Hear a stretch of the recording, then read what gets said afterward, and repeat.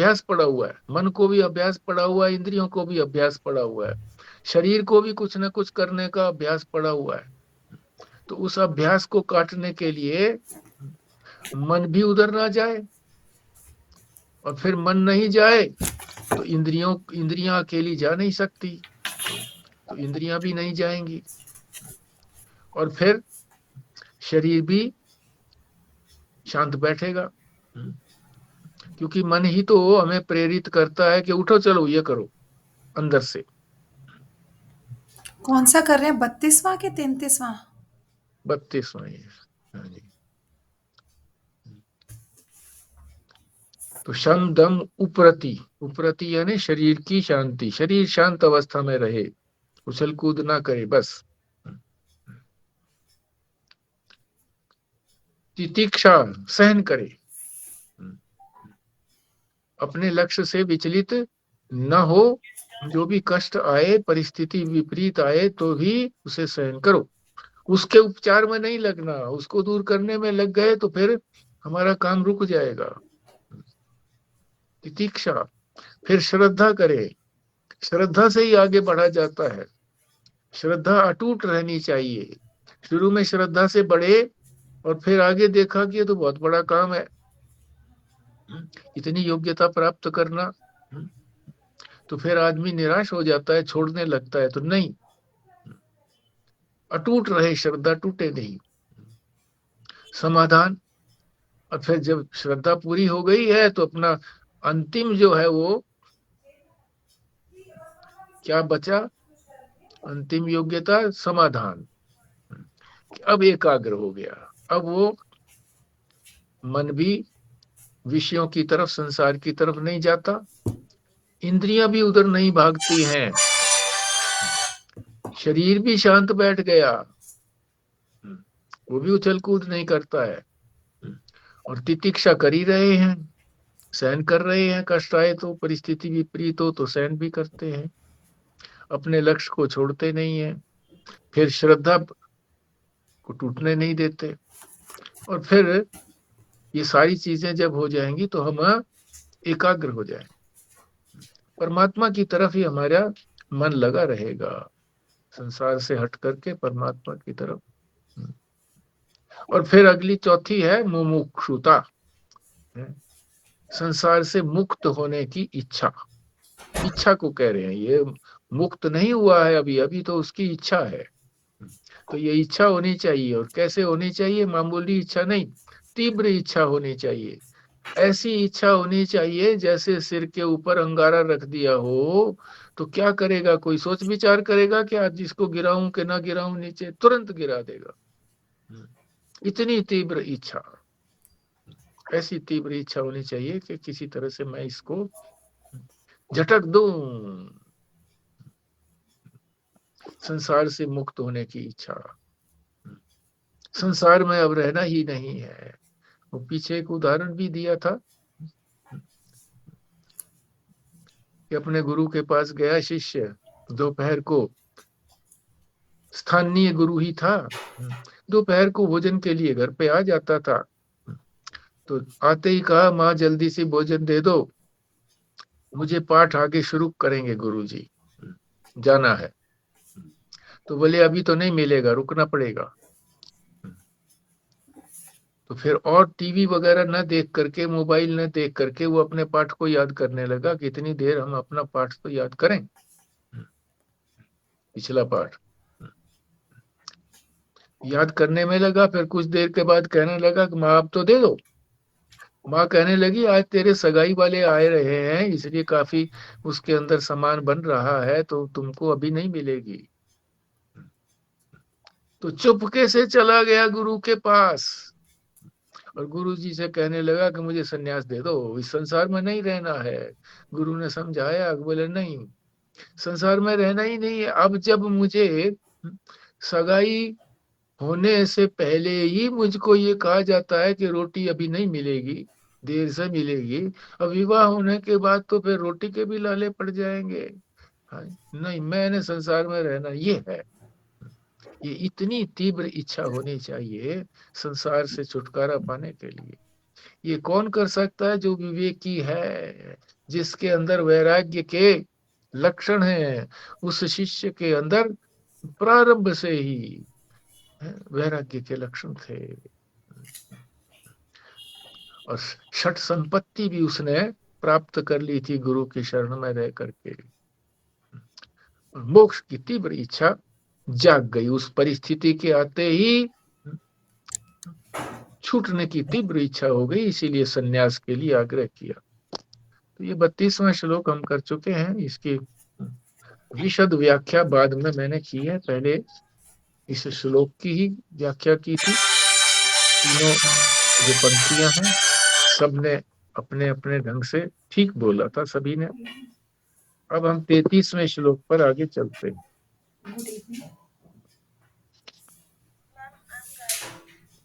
अच्छा बेटा, 6 बजे के बाद पहले पाठ करते हैं, मैं बिजी हूँ अभी जरा एक मीटिंग में। फिर अर्थ समझते हैं।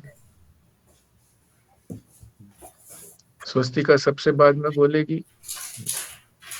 पाठ कैसे है? श्रोत्रिय है। व्रजिन काम हत ये ब्रह्मवित्तम। इस श्लोक के अंदर गुरु के लक्षण बताए। गुरु के क्या क्या लक्षण है? तो क्या बताया कि श्रोत्रिय, और फिर अवृजिन, निष्पाप, मतलब पाप नहीं है उसके अंदर कुछ भी। अकाम हत,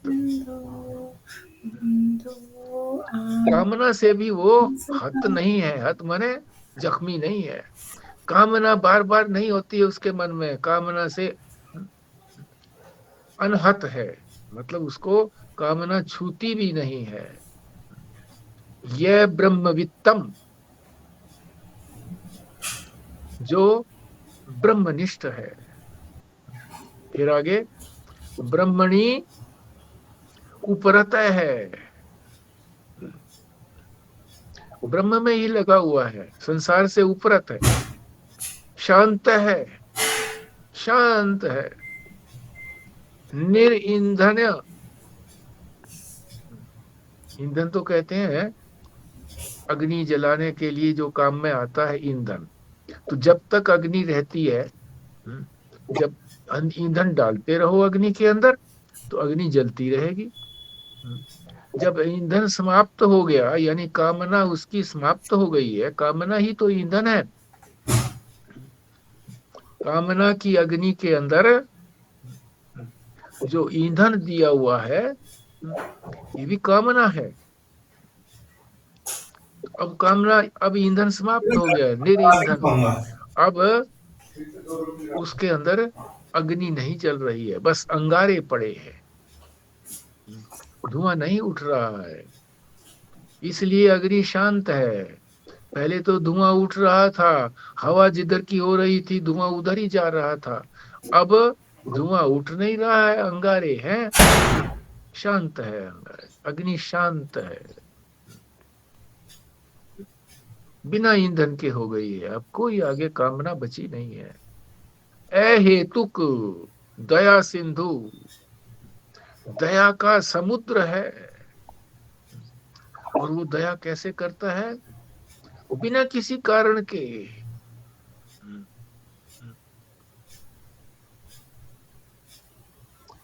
ये नहीं है कि उसको कोई किसी प्रकार का लालच है, शिष्य से कुछ चाहता है, नहीं, बस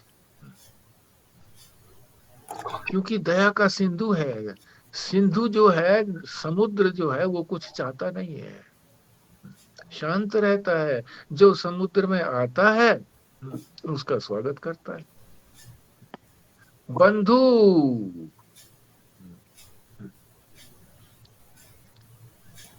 बंधु कहते हैं जो बंधन को दूर करता है? भाई है?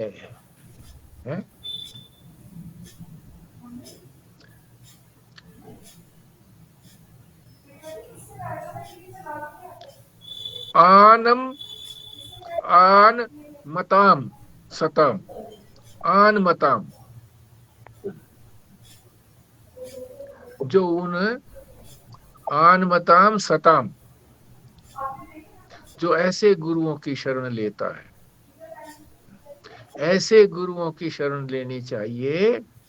आन मताम सताम कह रहे हैं, आन मताम सताम, ऐसे गुरु की शरण लेनी चाहिए जो श्रोत्रिय हो, यानी जिसने परंपरा से सुना हुआ हो। हमारी परंपरा नारायण से प्रारंभ हुई है, उसके बाद अनेक ऋषि हुए हैं, ऋषियों के उस फिर आगे महापुरुष हुए हैं, उन्होंने अपने पुत्र को दिया है ज्ञान। फिर उसके बाद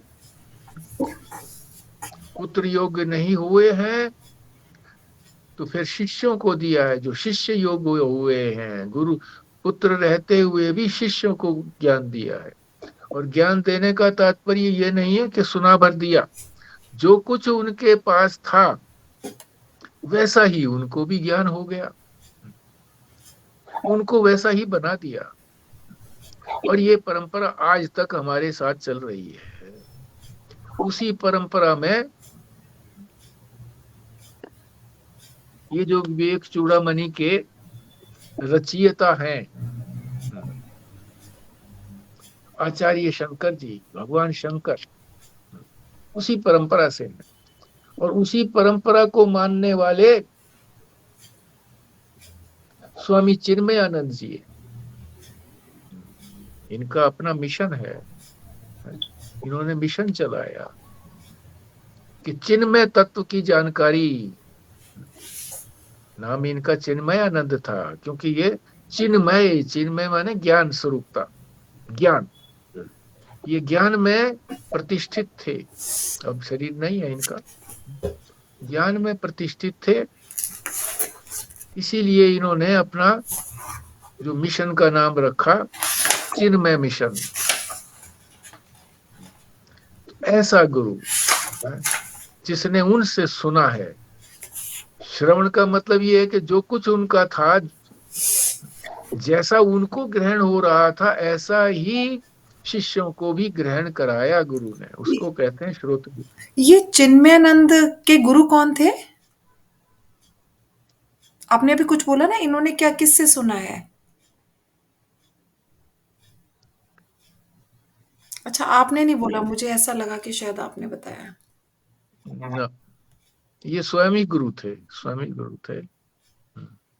होंगे इनके भी गुरु होंगे, बिना गुरु के तो कोई भी आगे नहीं बढ़ता है। गुरु होंगे पर उसकी जानकारी नहीं है गुरु कौन थे इनके। बाद के भी गुरु हुए हैं, इनके बाद भी हुए हैं गुरु, तो परंपरा चली रही है। तो श्रोत्रिय उसी को कहते हैं जो परंपरा से जिसने सुना है, इस ढंग से सुना है। फिर एवरेजिन निष्पाप, कोई पाप नहीं है इनके मन में, कोई राग द्वेष नहीं है, काम क्रोध मद लोभ मोह ये सारे पाप ही तो हैं, यही पाप कराते हैं। काम हत, कामना ने इनको जख्मी नहीं किया है, यानी इनके अंदर कामना है ही नहीं। कामना तो हर एक को जख्मी बना देती है, तो इनमें कोई कामना नहीं है, कामना का अंश भी नहीं है, और ब्रह्म में स्थित है। यो माने, ये माने जो, ब्रह्मणी वित्तम, ब्रह्म रूपी वित्त, ब्रह्म रूपी धन से संपन्न है, यानी ब्रह्मनिष्ठ है।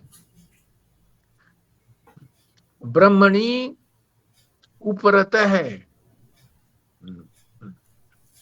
और ऐसे ब्रह्म में निष्ठ होकर के फिर उपरत हो गए हैं, संसार से उपरत हो गए हैं, ब्रह्म में प्रतिष्ठित हो गए हैं, संसार से उपरत हो गए हैं, संसार से परे हो गए हैं, और शांत हैं। संसार, संसार ही तो शांत करता है।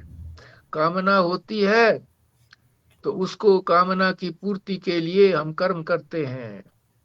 संसार की संसार की ही कामना होती है। अपनी कामना जो है वो कोई कामना नहीं है, वो तो है ही हमारे पास। उसकी क्या कामना होगी? जो चीज हमारे पास है उसकी कामना नहीं होती, अन्य की ही कामना होती है। तो अन्य की कामना, अन्य तो कौन है? ये अनात्म रूपी संसार, ये जड़ संसार, उसकी कामना होती है। तभी आदमी शांत नहीं बैठ पाता, कर्म में लगता है कि ये करूंगा तो मुझे ये फल मिलेगा। पर जब कामना ही नहीं है तो शांत बैठा है फिर। निरींधन इवा इव अनलह, अनल कहते हैं अग्नि को। निरींधन जो अग्नि अब बिना ईंधन के है। अग्नि तो है, अब आगे ईंधन नहीं है जलने के लिए। सारी कामना जल गई है। कामना रूपी अग्नि अब शांत है। अहेतुक, बिना किसी कारण के, बिना किसी हेतु के दया सिंधु है, दया करते हैं, दया के समुद्र हैं। तो बिना किसी कारण के, बिना किसी अपेक्षा के शिष्य से, और वो बंधु भी हैं, भाई की तरह से, प्रेम से, स्नेह से शिष्य के साथ बर्ताव करते हैं। आन मताम सताम, ऐसे गुरु की शरण लेनी चाहिए।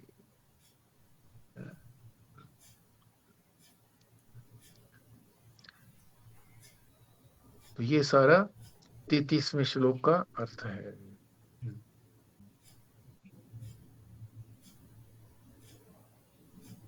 हाँ जी, करिए प्रारंभ कृष्णा जी।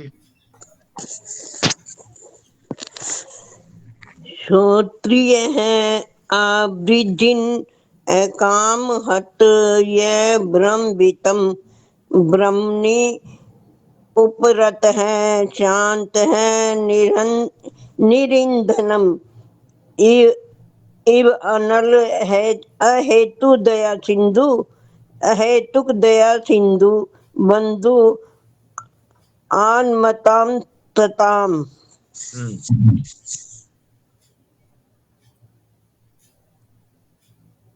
चलो आगे। श्रोत्रिये अवर्जन अकामहता या ब्रह्मवित्तं ब्राह्मणि उप्रता शान्तं निरिन्धम् इव अनला अहेतुकद्या सिन्धु बन्धु आनं तापसताप। चलिए आगे खुराना जी। श्रोत्रियो अविर्जनो अकाम हतो यो ब्रह्मवितम ब्रह्मयुप्राता शांतो निरिंधन इवानल अहेतु कद या सिंधु बंध बंध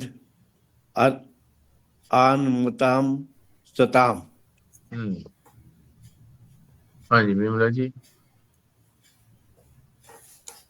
श्रोत्रियो अवृजिनो अकामहतो यो ब्रह्मवित्तमः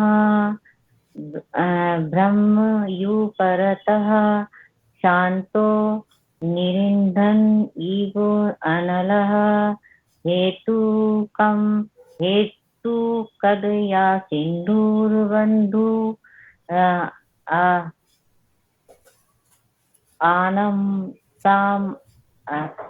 आनमताम सताम। स्वस्तिका जी। हाँ जी। श्रोत्रियो अव्रजिनः यः ब्रह्मवित्तमः ब्रह्मणि उपरतः शान्तः इव एक मिनट निरिंधन इव अनलः अहेतुकदया सिंधु बंधु आनमताम सताम। ठीक है। ये जैसे ए हेतुक और फिर दया सिंधु, ए हेतु कद नहीं बोलना, ए हेतुक दया सिंधु बंधु आन मताम सताम, ऐसे। हाँ, ये है अहेतुक दया सिंधु बंधु आनमताम सताम। हम्म। श्रोत्रिय का मतलब तो ये हुआ कि जिसने श्रुतियों का ज्ञान किया हुआ या फिर जिसने परंपरा से ज्ञान लिया है श्रुतियों का। हाँ, परंपरा से जिसने हम्म। अपने गुरुओं से श्रवण किया है, सुना है नहीं बल्कि श्रवण किया है। श्रवण करने का तात्पर्य होता है कि जो तात्पर्य अवधारण हो गया उनको, बस अब वो जान गए कि क्या तात्पर्य है इसका, बस तात्पर्य जानना ही श्रवण है। और ब्रह्मनिष्ठ का मतलब ब्रह्म में स्थित है, ब्रह्म ही है, हर समय नितराम स्थिति है उसकी। निष्ठा का मतलब होता है नितराम स्थिति, हर समय उनकी ब्रह्म में ही स्थिति रहती है। केवल आवश्यकता पूर्ति के लिए नीचे उतरते हैं या शिष्यों को उपदेश देने के लिए नीचे उतरते हैं, अपने शरीर में उतरते हैं। अन्यथा शरीर उनका अलग, वो तो आत्मा में ही रहते हैं। उसी को कहा आत्मनिष्ठ, ब्रह्मनिष्ठ। ब्रह्मवित्तम, ब्रह्म रूपी वित्त जो है, धन जो है उनके पास है। ये जो जैसे परमानंद जी महाराज हैं, तो ऐसे इनके आगे लिखते हैं, या जितने भी अब यहाँ पर पहुंचे हुए हैं संत महात्मा महाकुंभ में, उनके आगे लिखते हैं क्षत्रिय ब्रह्मनिष्ठ स्वामी स्वयं सु। तो उसका मतलब यही है जी। हाँ, यही मतलब है, श्रोत्रिय ब्रह्मनिष्ठ। तो ऐसे गुरु को कैसे मिलते हैं, श्रोत्रिय और ब्रह्मनिष्ठ? आप बोलिए, कुछ कह रहे थे। मतलब वो श्रोत्रिय भी हो, मतलब परंपरा से सुना भी हो, और फिर ब्रह्म में स्थित भी हो। अगर वो ब्रह्म में स्थित है मगर श्रोत्रिय नहीं है, ऐसा भी होता है कि बिना परंपरा के भी उसको ज्ञान तो हो जाता है, अपनी निष्ठा में ही रहता है, तो वो किसी काम का नहीं। हमारे क्यों नहीं है काम का कि शिष्य जो है उसको तो शंका बनी रहती है। वो शास्त्र की बात करता है कि शास्त्र को समझाइए आप, तो वो कहता है कि शास्त्र का तुमने क्या करना है, तुमको तो मैं ब्रह्मनिष्ठ बना दूंगा। पर उसको, शिष्य को ऐसे विश्वास नहीं होता कि ऐसे कैसे ब्रह्मनिष्ठ बना देंगे। अच्छा, मान लीजिए श्रोत्रिय भी है, ब्रह्मनिष्ठ है, तो उसको श्रोत्रिय तो बना देगा अपने शिष्य को, ब्रह्म तक नहीं पहुंचा सकता। यानी ब्रह्म और आत्मा की एकता को नहीं ला सकता। तो दोनों आवश्यक है। आपने पहले बताया था कि ज्ञान में इतना वैराग्य होना चाहिए, इतना ज्ञान होना चाहिए कि गुरु की कृपा स्वतः ही होगी, गुरु स्वतः ही मिलेगा। ठीक बात है। मतलब योग्य होता है ना, तो जो प्रकृति जो है ना, वो किसी न किसी को भेज देती है, किसी के निमित्त से कोई भी निमित्त बना लेती है किसी भी महात्मा को। स्वयं जो है वो वर्ण कर लेता है शिष्य का परमात्मा की प्रेरणा से, और परमात्मा की प्रेरणा से शिष्य जो है वो बहुत बार जो है गुरु को वर्ण कर लेता है। कि ऐसे गुरु से ढूंढते ढूंढते, खोजते खोजते ऐसे गुरु से उनका टकराव हो जाता है, मिलन हो जाता है कि वो समर्पित हो जाता है। तो दोनों प्रकार से है, शिष्य भी वर्ण करता है और गुरु भी वर्ण करता है। तो परमात्मा जिसको जैसे प्रेरणा देता है, गुरु को प्रेरणा देता है तो वो वर्ण करता है, शिष्य को ढूंढते हुए आ जाता है। हमारे जो पारिवारिक गुरु थे, यही प्रश्न उनसे पूछा गया था कि जब वो निकट था उनका, शरीर का अवसान निकट था। भाई आप तो चले जाओगे तो हमारा क्या रहेगा फिर? तो बोले मैं ऐसी आवाज करूंगा, वो उई उई उई ऐसे बोल करके उन्होंने बताया पीयू कि पीयू तुम पीयू प्यू पीयू। प्यू प्यू प्यू ऐसी आवाज करके बताया कि मैं तुम अपने मेरे पास इस तुरंत आ जाओगे, समझ जाओगे इस बात को, है जी। तो ये नहीं है कि भाई उसी वही वही उसी रूप में आएगा जिस रूप में पहले थे वो, अब पता नहीं किस रूप में वो आए होंगे। तो हमने जिसको भी गुरु मान लिया है अब वो, तो ये समझिए कि भाई वो हमारी बात है, ये जो जो भी उनके संपर्क में थे, कि वो किसी अन्य अन्य वेश के अंदर, वेश नहीं बल्कि अन्य शरीर में शरीर लेकर के वो कर ही रहे हो, हमको इसी तरह से ज्ञान दे ही रहे हो। हाँ जी, सबका हो गया तो अर्थ बोलते चले जाओ। मैं कह रही थी जो श्रोत्रिय भी होगा और ब्रह्मनिष्ठ भी है, वो ब्रह्म में स्थित भी हो गया, तो फिर वो उसको क्या जरूरत है, वो क्यों शिष्यों को उपदेश करेगा, क्यों दूसरों को भी कहेगा? वो तो अपना निर्लिप्त है, वो तो अपने ध्यान में मग्न रहेगा, उसको तो पूर्ण आनंद मिल गया है। उसको क्या जरूरत कि वो और लोगों के बीच में जाए, उनको बताए या उनको समझाए, या कोई उनके पास आए तो भी उनको समझाए? वो तो ब्रह्म में स्थित है। ये तो बात ठीक है, ये भी तो बताया है ना कि वो दया का सिंधु है, दया का सागर है, करुणा का सागर है। अब वो करुणा तो बखेरनी है उसने। सिंधु जो है, अब उससे ऊपर सूर्य का प्रकाश पड़ेगा तो बादल उठेंगे कि नहीं उठेंगे? उठेंगे, बिल्कुल उठेंगे। तो जो भी उनके संपर्क में आएगा शिष्य, और वो तीव्र उसके अंदर जिज्ञासा होगी, जैसे तेज सूर्य होता है तो बादल घने बनते हैं, भाप उठती है, बादल बनते हैं। सूर्य ही मान लो ना निकले, या निकले तो बादलों में कुछ छुपा रहे, कुछ निकले, तो उसमें कितने निकलेंगे? भाप थोड़ी बनेंगी। तो भाप ज्यादा बननी चाहिए, तीव्र। अगर तीव्र जिज्ञासु है तो गुरु जो है ना, वो बिना किसी कारण के करुणा करता है, करुणा सिंधु है। कामना तो उसकी नहीं है, कोई भी कामना नहीं है, बात तो ठीक है, पर वो बंधु है, भ्राता है, स्नेह रखता है, करुणा का सागर है, तो देगा ही देगा, बीज कहीं ना कहीं डालेगा ही डालेगा। पुरुष का बीज, स्त्री का बीज, ये बताया ही गया है शास्त्र के अंदर कि जो परम वैरागी है वो तो गृहस्थाश्रम में न जाए, और जो परम वैरागी नहीं है, जिसमें कुछ कामना बाकी है,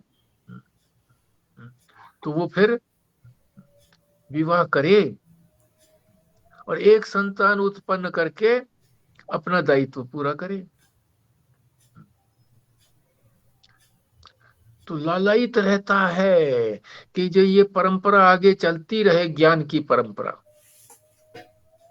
जैसे हम लोग जो है ना, वो अपने अपने वंश की परंपरा चलाना चाहते हैं कि हमारा वंश आगे चले, आगे बढ़े, उसके लिए प्रयत्न करते हैं, एक विवाह करते हैं, नई बात बनी दूसरा भी करते हैं, परंपरा आगे चले।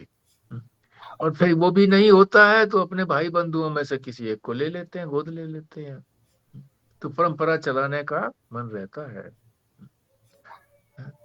तो जिस तरह से परमात्मा में भी ये संकल्प होता है कि मैं सृष्टि बनाऊं, वही संकल्प हमारे में भी होता है कि मैं भी सृष्टि को बढ़ाऊं, है, मैं हूं, पुत्र भी हो, है, और फिर वही कामना फिर ये भी होती है कि पौत्र भी हो, इस तरह से आगे बढ़े। परंपरा परंपरा के रक्षण के लिए भी, ज्ञान की जो परंपरा है इसके रक्षण के लिए भी गुरु प्रस्तुत रहता है, करता है। तो ये फिर कामना में नहीं आएगा कि ऐसा ये गुरु काम जो कामना नहीं है, ये कामना नहीं है, तो गुरु की प्रेरणा है, उसकी भगवान की प्रेरणा है कि ये संसार चलाने वाले जो हैं गृहस्थी हैं और तू परमार्थ चलाता रहे, ये उसकी प्रेरणा है। प्रेरणा से प्रेरित होकर के वो ऐसा करता है। उसका तो अपना भोग समाप्त हो गया। अब जो शरीर था वो भोग के लिए उसका शरीर नहीं है। अब उसका शरीर जो है वो प्रारब्ध से चलता है। प्रारब्ध क्या है? परमात्मा की प्रेरणा। जिधर वो कहता है, परमात्मा प्रेरित करता है, उधर वो चलता है। मगर वो नहीं चलता, उसका शरीर चलता है।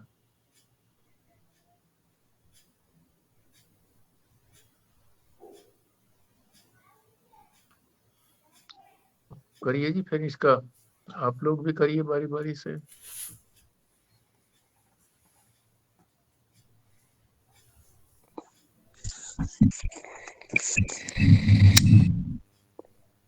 गुरु वह है जिसे ईश्वर का पूर्ण ज्ञान है, जो निष्पाप है और जिसकी कोई कामना नहीं है और ब्रह्म ज्ञानी है और ब्रह्म में प्रतिष्ठित है। उससे उस अग्नि के समान शांत है जिसका ईंधन खत्म हो गया है, जो हेतुक दया सागर है और शरणागतों का अंतरंग मित्र है। ठीक है। ऐसी गुरु की शरण लेनी चाहिए जिसने परंपरा से श्रुतियों का श्रवण किया हो, निष्पाप हो और जिसे कोई कामना नहीं है, ब्रह्म ज्ञानी है और ऐसी अग्नि के समान शांत है जिसमें ईंधन नहीं है और करुणा के सागर है और शिष्यों के बंधु हैं। वो ठीक।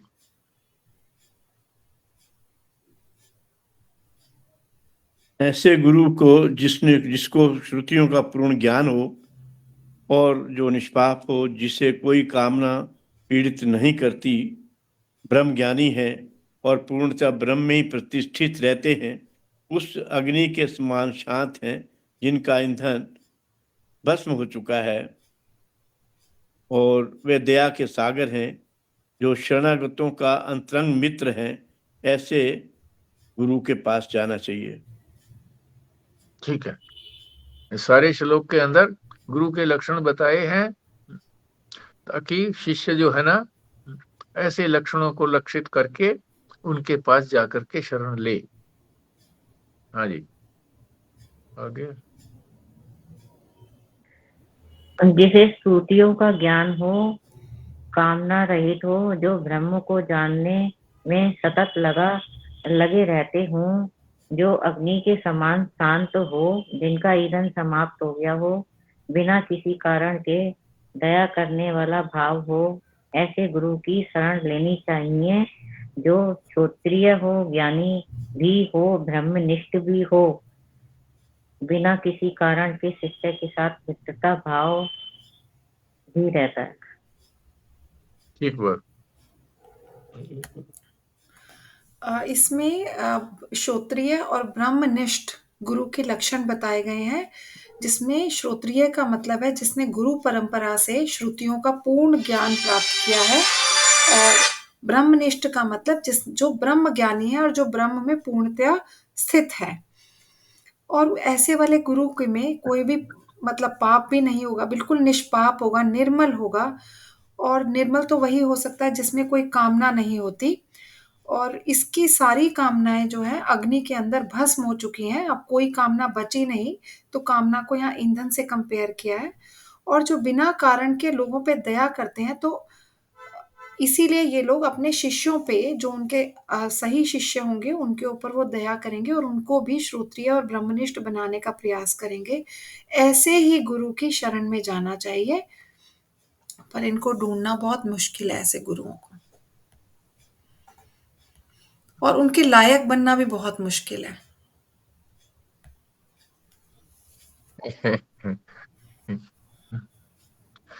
अपनी योग्यता करना पड़ेगा ना, हाँ, तभी तो हम गुरु देंगे। ये तो बाद की बात बताई है ना, साधन चतुष्टय की बात बताई थी। जो हमारा जो कर्तव्य बताया गया, हम उस कर्तव्य को पूरा करें। यहाँ तो छोड़ना ही छोड़ना है। कुछ अन्य चीजों को तो प्राप्त करना नहीं है। जो चीजें हमने ओढ़ी हुई है, मानी हुई है, कल्पना की हुई है, उन चीजों को छोड़ना है।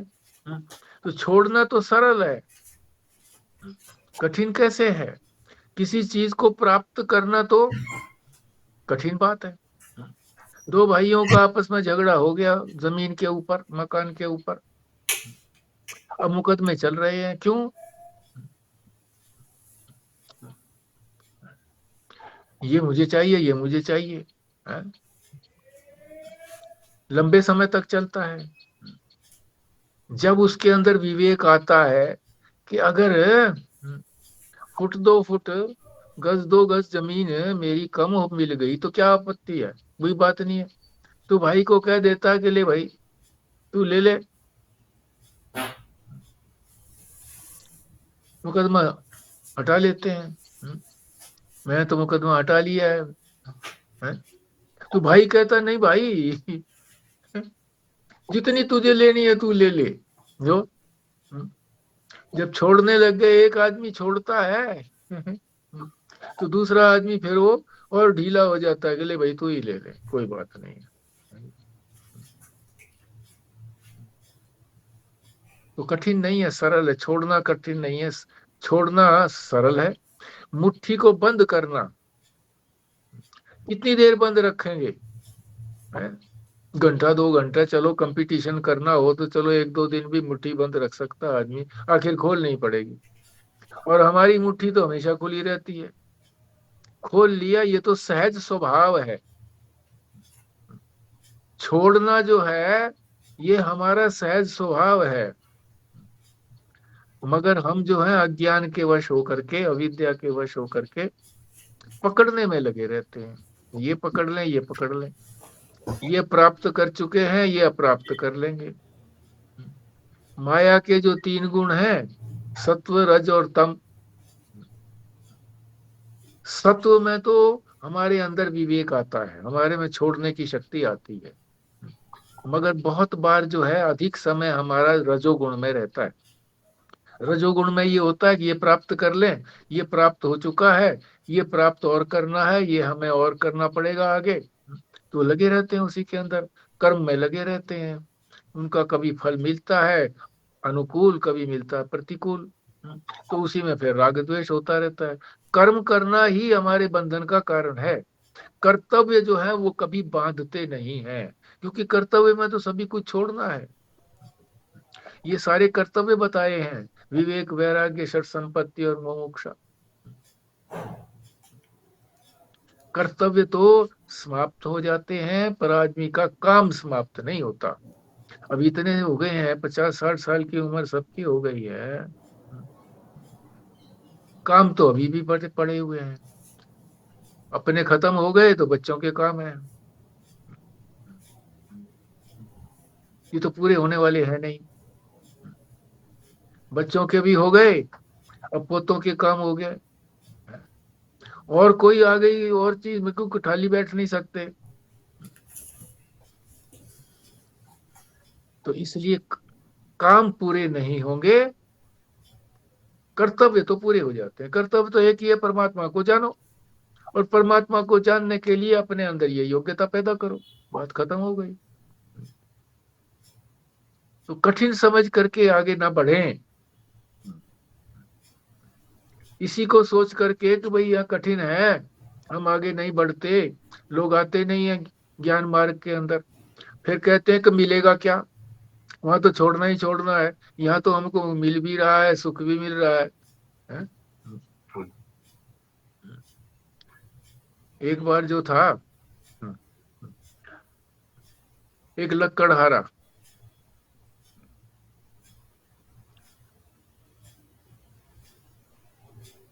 लकड़ियां काटने के लिए जाता था, लकड़ियां काट करके ले आता था और फिर मार्केट में बेच देता था, उसी से अपना घर चलाता था, गरीब आदमी था।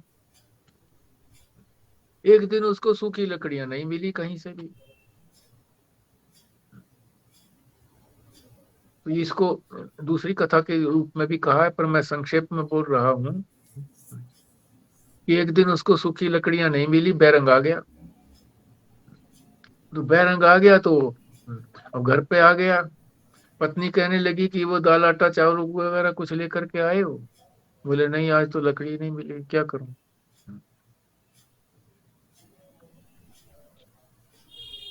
रास्ते में उनको भगवान मिले थे, अपना वेश बदल करके भगवान थे, और उनके साथ नारद थे। नारद कहने लगा कि आपके भगत तो बड़े दुखी रहते हैं और आप परवाही नहीं करते उनकी। बोला कैसे? वो देखो, बोला भगत है वो। तो उन्होंने ये किया कि लकड़ी जो है, सूखी लकड़ी, महिमा है ना भगवान की, तो सूखी लकड़ी इकट्ठी करके रख दी रास्ते में। अब कहने लगे इसको ले जा। तो ईमानदार था, बोले नहीं, मैं तो अपनी कमाई खाता हूँ, ऐसे तो नहीं मैं लेके जाऊंगा। तो बोले तू हमारे साथ साथ चल, क्यों दुखी होता है? बोले नहीं, मैं तो नहीं जाऊंगा। फिर पीछे पीछे चलने लगे, उसके देखने लगे। वो भगवान और नारद वेश बदले हुए था ही था कि आगे जाकर के करता क्या है घर में। बच्चे चिपट गए उसके साथ। हमने आपको ये चीज लाने के लिए कही थी, अपने पसंद की चीज, आप लाए नहीं। और वो जो थे ना, छुपे हुए सारी बातें सुन रहे थे। वो बाहर आए, वो जो गरीब आदमी था बाहर आया। अरे पूछा था ना कितना दुख है तू, है ये दुख है तेरा, तो चल हमारे साथ चल। बोले नहीं। क्यों? बोले यहाँ क्या सुख है? अरे बिला जो है, कोई मेरे कंधे पे चढ़ता है, कोई मेरी मूंछ पकड़ता है बच्चा, है तो ये सुख कहाँ मिलेगा वहां पर? तो इसी को हम सुख माने हुए हैं, जो संसार के अंदर हमें मिल रहा है, इसी को सुख माने हुए हैं।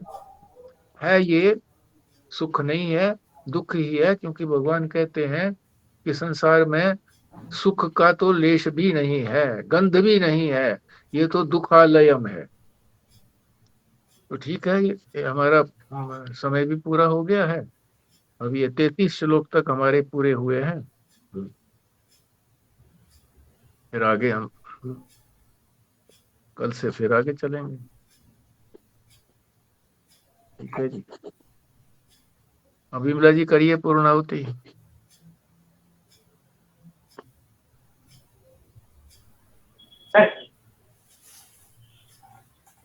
ओम पूर्णमदः पूर्णमिदं पूर्णात् पूर्णमुदच्यते पूर्णस्य पूर्णमादाय पूर्णमेवावशिष्यते।